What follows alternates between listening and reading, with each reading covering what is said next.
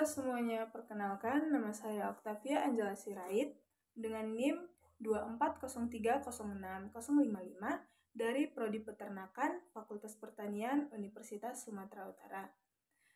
Pada video dengan dosen pengampu Ibu Insinyur Tati Vidianasari, SPT MPIPM pada mata kuliah Biokimia. Pada video kali ini, saya akan menjelaskan metabolisme yang ada pada lipid terkait dengan degradasi lipid dan oksidasi asam lemak serta biosintesis lipid. Baiklah, yang pertama itu degradasi lipid. Degradasi lipid ini merupakan oksidasi asam lemak, merupakan proses pemecahan lemak atau lipid menjadi asam lemak dan gliserol, kemudian asam lemak tersebut dioksidasi atau biasanya melalui beta oksidasi untuk menghasilkan energi dalam bentuk ATP yang meliputi yaitu ada pencernaan, penyerapan dan transport lemak atau biasanya proses pemecahan lipid makanan menjadi bentuk yang lebih sederhana untuk diserap oleh usus. Baiklah, bahan baku yang digunakan yaitu ada trigliserida dari makanan dan juga enzim yang berperan ada lipase pankreas, lipase lambung, dan juga ada kolipase. Produk yang dihasilkan yaitu berupa asam lemak bebas, monogliserida, dan juga gliserol yang diserap oleh sel usus atau enterosit lalu dibentuk menjadi kilomikron untuk transportasi dalam darah. Kemudian selanjutnya ada beta oksidasi asam lemak, yang dimana beta oksidasi asam lemak ini yaitu proses pemecahan asam lemak dalam mitokondria menjadi unit-unit asetil CoA. Bahan baku yang digunakan yaitu ada asam lemak bebas atau biasanya dalam bentuk asetil CoA. Dan enzim yang berperan yaitu ada esil CoA dehidrogenase dan juga enoil CoA hidratase dan hidroksasil CoA dehidrogenase.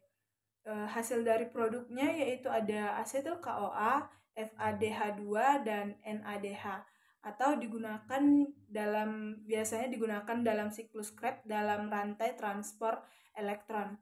Kemudian biosintesis lipid, yang dimana biosintesis lipid ini adalah proses pembentukan lipid atau lemak dalam tubuh makhluk hidup.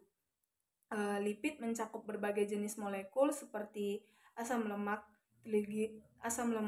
trigliserida, fosfolipid, dan juga steroid. Proses ini penting untuk penyimpanan energi, pembentukan membran sel, dan produksi hormon. Kemudian ada sintesis asam lemak, yang dimana sintesis asam lemak ini adalah pembentukan asam lemak dari asetil CoA. Bahan baku yang digunakan ada asetil CoA, malonyl CoA, dan juga ada NADPH. Enzim yang berperan yaitu ada fatty acid sintase, asetil CoA karboksilase. Kemudian hasil produknya yaitu berupa asam palmitat atau C16 dan yang bisa diperpanjang menjadi asam lemak lain.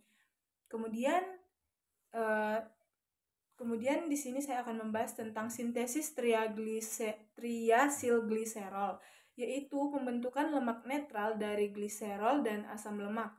Bahan baku yang digunakan itu berupa gliserol 3-fosfat dan asam lemak atau dalam bentuk esil CoA. Enzim yang berperan yaitu ada esil transferase. Hasil produk yang dihasilkan yaitu berupa triasilgliserol atau lemak netral yang disimpan di jaringan adiposa. Kemudian sintesis fosfolipid, yang dimana sintesis fosfolipid ini adalah pembentukan komponen utama membran sel dari asam lemak dan gugus fosfat.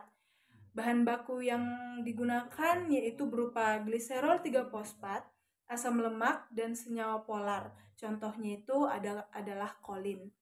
Kemudian enzim yang berperan ada CDP diasiglycerol sintase dan kolin fosfotransferase. Hasil produk yang dihasilkan berupa fosfatidilkolin dan fosfatidiletonelamin. Kemudian ada sintesis kolesterol dan steroid. Yang dimana sintesis kolesterol dan steroid ini adalah sintesis kolesterol dari asetil CoA yang bisa menjadi prekursor steroid. Di mana bahan baku yang digunakan yaitu ada asetil CoA. Dan enzim yang berperan yaitu ada HMG CoA reduktase, yaitu adalah enzim utama. Kemudian hasil produk yaitu berupa kolesterol yang dapat diubah menjadi hormon steroid atau testosteron, estrogen, dan kortisol. Baiklah, sekian video yang bisa saya sampaikan. Kiranya video ini dapat bermanfaat bagi teman-teman yang menontonnya. Sekian dan terima kasih.